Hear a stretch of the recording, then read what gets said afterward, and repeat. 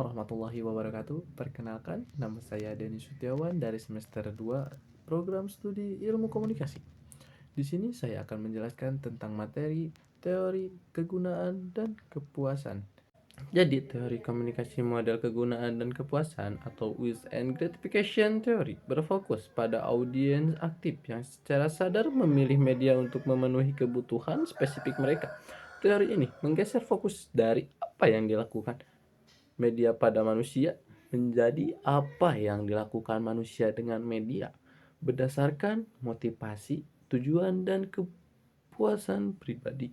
Ada juga teorinya menurut Kat dan Blit, yaitu teori kegunaan dan kepuasan berdasarkan penelitian Kat dan Grip pada tahun 1974 menyatakan bahwa kelayakan aktif memilih dan menggunakan media tertentu untuk memenuhi kebutuhan sosial atau psikologis. Mereka bukan sekedar penerima pesan secara pasif. Audiens adalah konsumen aktif berorientasi pada tujuan selektif dan bertanggung jawab atas pilihan media mereka. Ada juga teori kegunaan dan kepuasan, yaitu media bersaing dengan sumber kepuasan yang lain. Audiens sadar sepenuhnya terhadap ketertarikan, motif, dan penggunaan media. Penilaian isi media dan ditentukan oleh audiens. Pasti ada pertanyaan kan? Jadi apa sih yang dimaksud dengan teori kegunaan dan kepuasan itu? Jadi, teori kegunaan dan kepuasan adalah menjelaskan bahwa individu berusaha menikmati apa yang disajikan media massa untuk memuaskan sebagai kebutuhan hidupnya.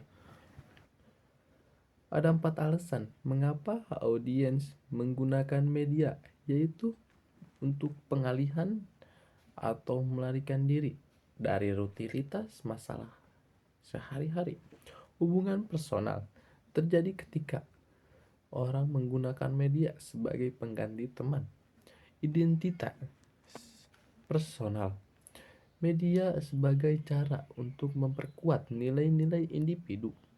Pengawasan, informasi mengenai bagaimana media membantu individu mencapai tujuan tertentu. Ada 4 alasan mengapa audiens menggunakan media, yaitu untuk pengalihan atau melarikan diri dari rutinitas masalah sehari-hari. Hubungan personal terjadi ketika orang menggunakan media sebagai pengganti teman. Identitas personal, media sebagai cara untuk memperkuat nilai-nilai individu. Pengawasan, informasi mengenai bagaimana media membantu individu mencapai tujuan tertentu. Dalam masyarakat industri modern, orang semakin tergantung pada media untuk memahami dunia sosial mereka, bertindak secara bermakna dan efektif dalam masyarakat untuk menentukan fantasi dan sebagai pelarian.